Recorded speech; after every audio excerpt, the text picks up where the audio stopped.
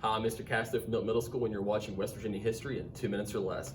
Today, we're going to be talking about one of the greatest NBA players of all time, Jerry West, a man who went from a very small town to become one of the greatest players of all time. Here we go.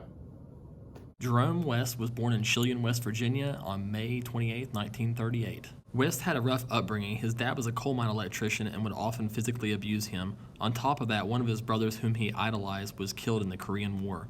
For most of his life, he dedicated himself to basketball perfection. West spent most of his time shooting basketball obsessively year-round. He said his imagination would take hold and he would imagine shooting the winning shot.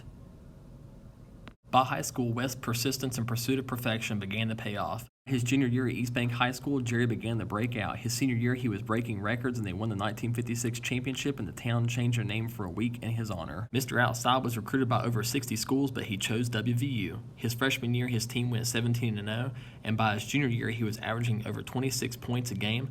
That year, he was named most outstanding player in the NCAA finals, even though they lost to California by 1 point.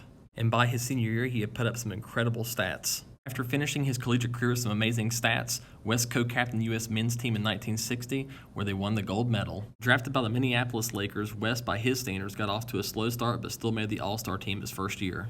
In his 14 seasons with the Lakers, number 44 led them to 9 finals appearances, only winning one in 1972, along with becoming the All-Star Game MVP.